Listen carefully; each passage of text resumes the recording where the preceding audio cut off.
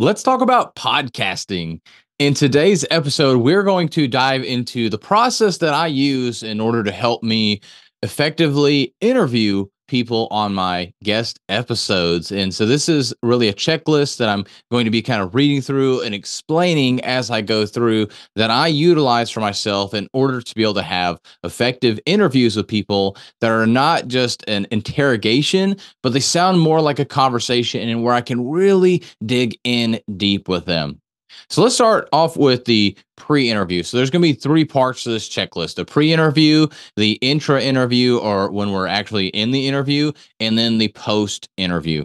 So starting with the pre-interview, I'll go about once I know I've got this guest coming on, I go and research that guest. And sometimes if somebody comes to me and they say, "Hey, I would like to be on your podcast," I'll go and vet them a little bit, do a little bit of research, see what they're about, what they talk about, and make sure that it's a good fit for one, somebody that I would be interested in talking to, but two, that's going to provide you value and information that's going to be a different perspective than what I can give you. And so that's why I like to bring on guests, because I give that different perspective. But I go and do that research to see, are they somebody that's worth coming and speaking with you all on this podcast, on the YouTube channel, to be able to provide value. I use a Google intake form. This is where I get their social media information, their bio, headshot. I get other little bits of information, but this is the main chunk that I get from them is their bio. So I know exactly how they want me to intro them, because I'm not going to go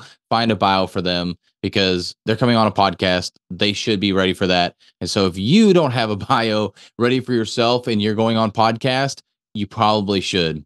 Some podcast hosts will go ahead and create something, but it makes the podcast host life so much easier when you just give them something. And based on your bio, we can figure out things from that. But I do a Google intake form. I review their social media content, see some of the latest posts, so I can kind of bring that up. Is the cool thing behind this is, one, it lets me get to know them. Two, it lets me know what it is that they normally talk about. And three, because I bring up previous or the latest social media posts that they've talked about, it allows them to feel like I've really done my research on them, which, yes, I have. And I haven't spent hours upon hours, but just having that little bit, that 5 minutes, 10 minutes, whatever it takes, knowing what that last post was that they made on social media will make them feel like they can trust you so much more. It makes them like you because you took time to get to know them a little bit. And so it's a great thing to do. And the last thing is review their website if they have one. Hopefully the people you're talking to are more established or doing some of the stuff. Sometimes they're not, and that's okay. But reviewing their website is another great place for you to find information and do the research needed before the interview. And then from there, we decide the focal point, or I decide the focal point for us to go into. What is this overarching theme that I want? So similar to when I go and speak on stages, I think about what's the overarching theme I want. And then from there, I formulate 1 to 2 main topics. So this overarching theme, this focal point of the direction I want to take the podcast. And then I come up with like 1 to 2 main points.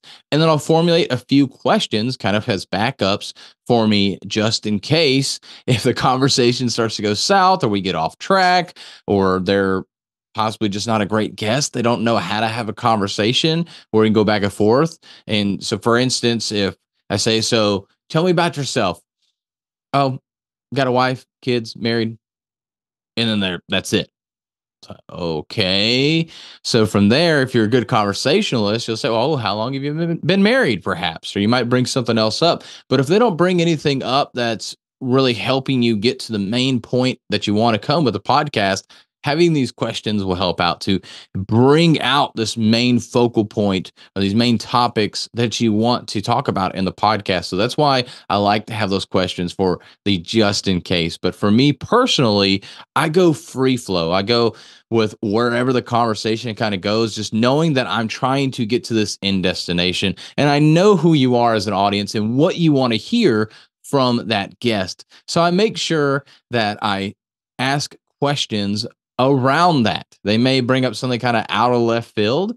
And sometimes I may go down that rabbit hole, but I'll pull back out and let's go back towards something else that's getting us on that path to where we want to go on the podcast. So this is really that structure that I do. I do research. I decide what my main theme is. I come up with a couple of main talking points and then a few questions along the way, just in case we get sidetracked. I can reference these questions. Now, going into the intra interview or the actual interview where we're in the interview, I like to keep it casual. I've noticed a lot of podcasts, that's the best way to do it. And everybody does it different because everybody has their own unique style. So I'm not saying this is the way to do it, but more people like to listen to a casual conversation. It's kind of like you hanging out with a bunch of friends and y'all are just talking, having a good time. Y'all might get a little deep. Y'all pull back out and you're just like laughing. You're talking about old times. You're talking about future endeavors, things like that, but you're having a casual conversation. And that's what I found that most people like to listen to. They don't want to have a super structured, super rigid conversation. Maybe if it's somebody that's super smart, like Elon Musk or Jeff Bezos or somebody like that, somebody may want to, hey, let's ask them several questions about business. Let's ask them several questions about how they've gotten successful, and you may go down a list of questions.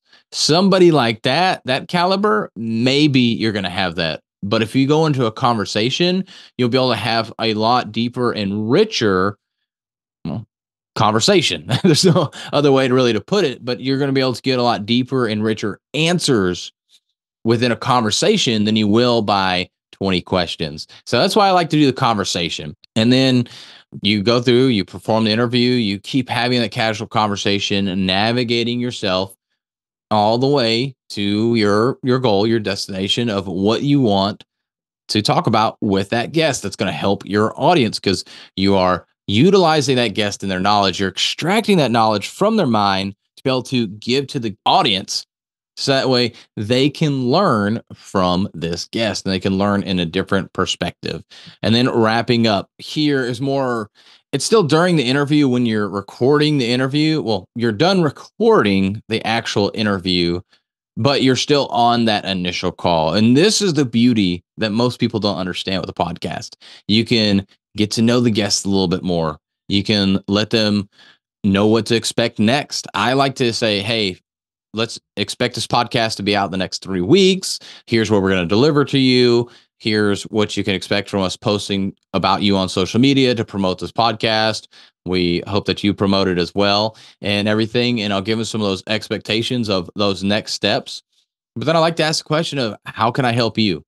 What are you looking for help with? Do you know any other guests? I like to ask other people that would be a great guest for the show. I like to ask these questions and get to know the person on a little bit more intimate level, a little bit before. And that's usually depends on how well you know them. Sometimes there's a great conversation before, sometimes post podcast interview, when you stop recording, but you're still on that call, you have some amazing conversations that can turn it into something really great and maybe even a potential client, which is a really cool thing about podcasts. So really just making sure you allocate some time to be able to have a little bit of a conversation is a great thing for you, which I guess should have added that to the pre-interview. Make sure that you set up enough time on your podcast interview to be able to have somewhat of a conversation before and especially after the podcast, because you're going to want to talk. You're going to have a lot of things like, oh man, that's a great podcast. Oh, I love what you're doing here. And you're going to have that conversation. And so that's how you kind of wrap that up, making sure that you provide as much value to that guest as possible. Now, on to the actual post interview. This is after you've left the Zoom call, after you've stopped recording, all of that good stuff. Follow up with them and say thank you. Thank you for coming on the podcast. We really appreciate the value that you provided to us. Give them some kind of guest assets. I like to give all my guests the raw video and audio, also the edited video and audio, reels, quote post. There's several things that I like to give them so they can take that and hopefully promote it. But I guess worst case, they leave having been asked a lot of questions, being interviewed, which is great social media content. So they have reels already made for them, as well as the full video and audio, so they can go create their own stuff, their own branded information that they've used, that they've poured out. They've given me an hour of their time. I want to give back to them. even more. And so giving them some kind of guest assets is a great way to build that rapport and value within your guest. And then finally, tag the guest on everything that you post.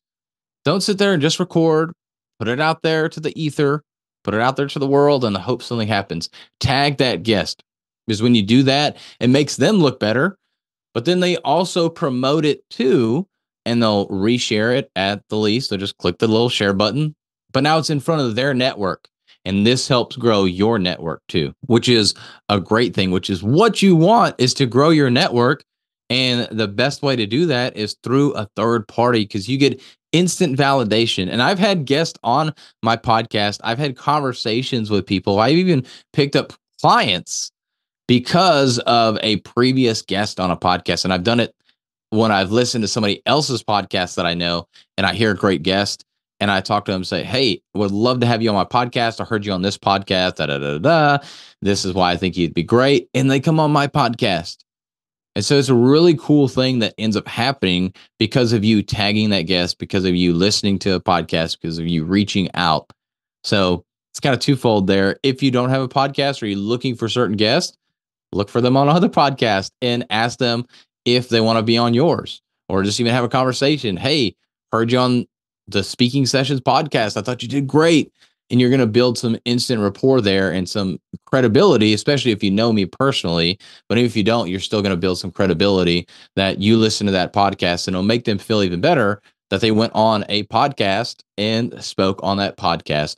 So those are the three major areas where the checklist that I go through every time I do a podcast. I hope this was helpful for you. I know I went through this a little bit quickly, but I wanted to really just kind of break down on a podcast how to do a podcast, because this is my method, my checklist that I go through for each guest episode that I do. Obviously, I don't do the research when it comes to solo episodes like this. Well, I don't research a guest, but I do some research, do due diligence, look for questions that are asked to me, and I like to share those on these solo episodes for you to be able to learn and grow. So it's very similar whether you're doing a solo episode or a guest episode, but I covered the guest episode checklist of how to do a podcast interview with a guest.